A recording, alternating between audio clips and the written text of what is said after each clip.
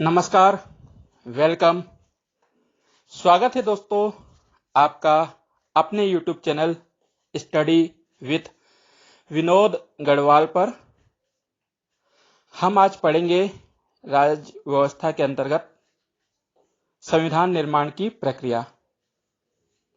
प्यारे बच्चों, यह मेरा राज्य व्यवस्था के ऊपर कुल मिलाकर चौथा वीडियो है।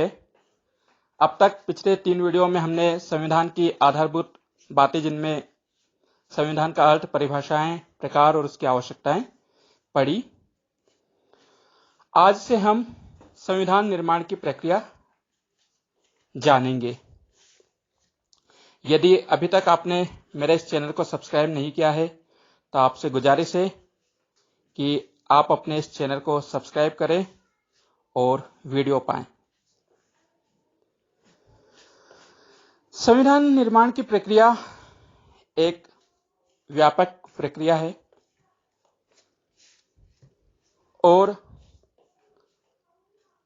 आज से जो वीडियो प्रारंभ हो रहे हैं, जो आगामी दिनों में आएंगे, यह वीडियो अत्यंत महत्वपूर्ण है आप सभी के लिए, क्योंकि संविधान निर्माण प्रक्रिया एवं संविधान से संबंधित प्रश्न प्रत्येक परीक्षा में, प्रत्येक प्रतियोगी परीक्षा में पूछे जाते हैं। चाहे वे पटवारी की परीक्षा हो, पुलिस की भर्ती हो, बैंक, एसएससी,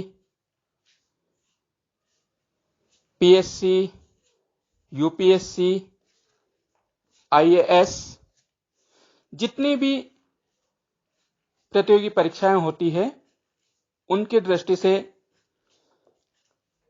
संविधान निर्माण की प्रक्रिया, संविधान से जुड़े तमाम प्रश्न बहुत महत्वपूर्ण होते हैं।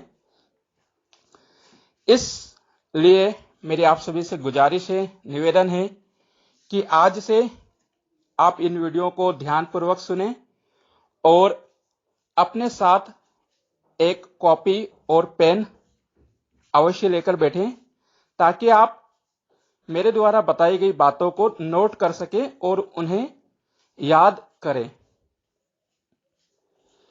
देखिए, हम जब भी कोई चीज पढ़ते हैं, चाहे वो टेक्स्ट बुक में पढ़े या अन्य किसी माध्यम से पढ़े, उसका संबंध कहीं ना कहीं नंबर और सिंबल से होता है और एक चित्र हमारे दिल और दिमाग, मस्तिष्क पर बन जाता है। तो इसी चित्र को, इसी पिक्चर को आज हमें अपने दिमाग में बिठाना है और सदैव के लिए हमें याद रखना है।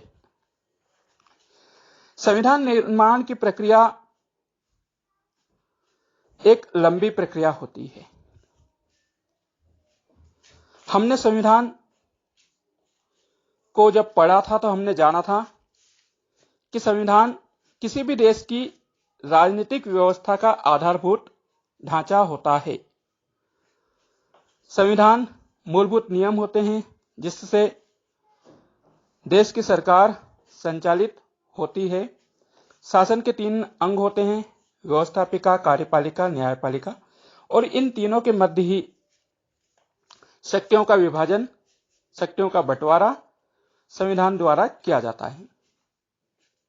तो इस संविधान को एकाएक तैयार नहीं होता है, यह एक बहुत लंबी प्रक्रिया होती है। जैसा कि मैंने कहा है कि संविधान से संबंधित बहुत सारे प्रश्न बहुत सी प्रतियोगी परीक्षाओं में पूछा जाता है। इस हेतु हम छोटे छोटे वीडियो से इसकी ऐतिहासिक पृष्ठभूमि को जानेंगे और आज हम संविधान की ऐतिहासिक पृष्ठभूमि को ही यहां पर समझेंगे। एक बात हम सभी जानते हैं कि जो आज की राजनीति है वो कल इतिहास होगा और कल जो राजनीति थी वह आज इतिहास बन गई है। इसलिए हम इतिहास से भी राजनीति विज्ञान को जोड़ते हैं। इतिहास के माध्यम से हम राजनीति विज्ञान को पढ़ते हैं, तो हम संविधान प्रक्रिया को भी उसके इतिहास से ही जानेंगे। बच्चों, साथियों, हमारा भारत देश आर्यवत के नाम से भी जाना जाता है। हमारे देश में प्राचीन काल में कई ग्रंथ लिखे गए, चाहे वे वेद हों, पुराण हो, उपनिषद, स्मृतियां, प्रथाएं। धार्मिक ग्रंथों में हम देखें तो रामायण, महाभारत, ये ऐसे ग्रंथ हैं जिनमें राजा के कर्तव्यों को लिखा गया है। रामायण में हमने देखा कि एक भाई के प्रति भाई का क्या कर्तव्य होता है, राजा के प्रजा के प्रति क्या दायित्व होते हैं, एक पुत्र का पिता के प्रति क्या कर्तव्य होता है, और तमाम बातें हमने जानी। और जो पुराने ग्रंथ हैं उनके जरिए एक ऐसी नियमावली तैयार की गई थी जिससे राजा निरंकुश ना हो। राजा हमेशा जनता का कल्याण करे, राजा जनता को सर्वोपरि माने, जनता के हित में ही वह कार्य कर सके। ये राजा के लिए लिखा गया है। और यदि राजा ऐसा नहीं करता है, राजा जनता का हित का ध्यान नहीं रखता है, तो मान्यता है कि राजा को नर्क भोगना पड़ेगा। राजा को पृथ्वी पर, इस धरा पर ईश्वर का प्रतिनिधि माना जाता था, देवीय सिद्धांत के तहत। तो राजा जो है वो हमेशा जन कल्याण के ही कार्य किया करता था और निरंकुश नहीं होता था। यदि कोई संभावना होती तो जनता विद्रोह कर देती थी, तो जनता के विद्रोह का भय राजा को बना रहता था, जिसके चलते राजा सदैव प्रजा के हितकारी कार्य करता था। अशोक महान जो हुए हैं, तो अशोक ने अपने स्तंभों, शिलालेखों में लिखा था कि सारी प्रजा मेरे संतान के समान है। इनके अशोक महान ने प्रजा को ही अपनी संतान माना था। आगे चलकर विष्णुगुप्त शर्मा ने एक ग्रंथ लिखा। विष्णुगुप्त शर्मा को इतिहास में चाणक्य या कौटिल्य के नाम से भी जानते हैं। तो चाणक्य का एक ग्रंथ है जिसका नाम है अर्थशास्त्र। नाम से पता चलता है कि कोई धन संबंधी पुस्तक होगी, किंतु अर्थशास्त्र नामक जो ग्रंथ है उसमें चंद्रगुप्त के शासन काल की समस्त जानकारियां मिलती है। और अर्थशास्त्र में चाणक्य ने चंद्रगुप्त शासन की उन तमाम राज्य व्यवस्थाओं को उल्लेखित किया है जिससे उस समय की हमको शासन व्यवस्था की जानकारी मिलती है। हम संक्षेप में ही इसे जानेंगे। आगे चलकर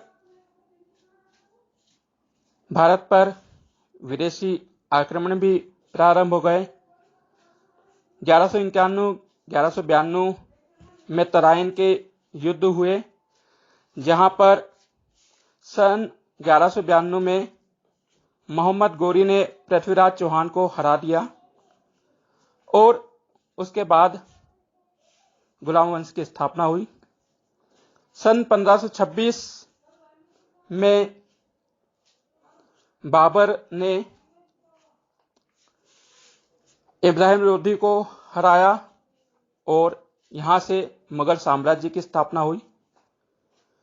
इसी दौरान सन 1498 में कालीकट बंदरगाह पर वास्को डी गामा आया और वास्को डी गामा के बाद कई देशों ने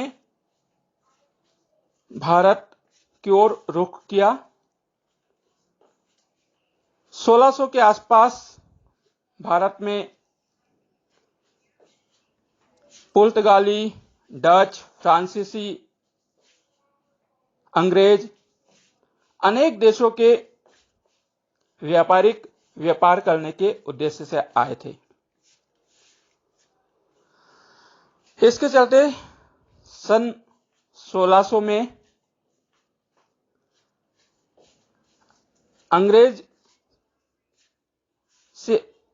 अंग्रेजों ने एक ईस्ट इंडिया नामक कंपनी की स्थापना की।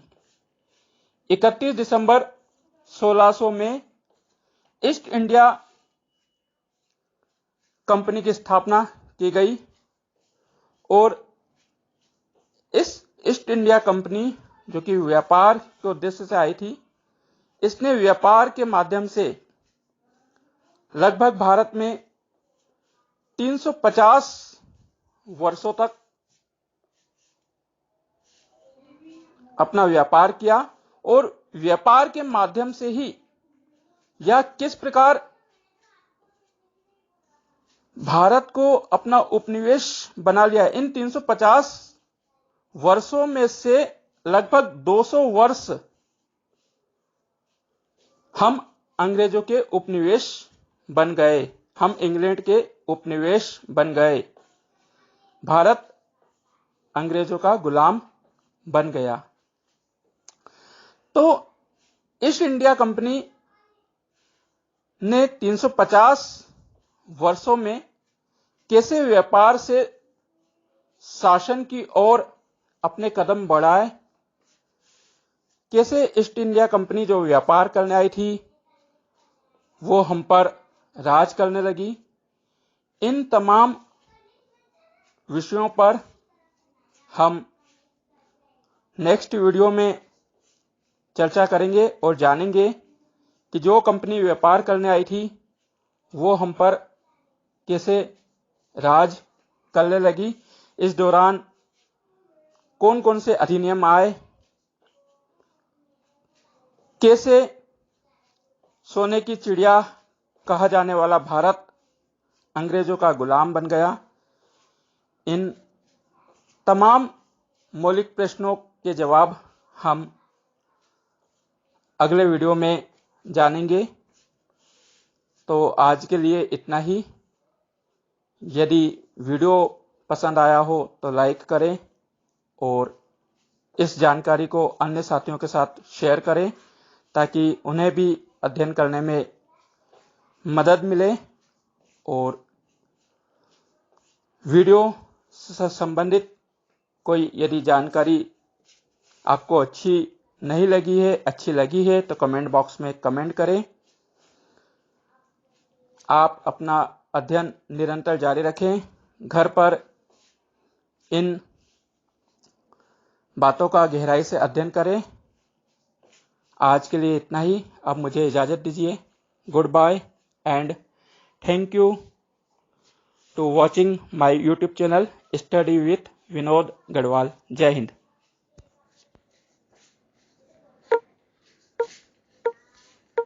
Pause button.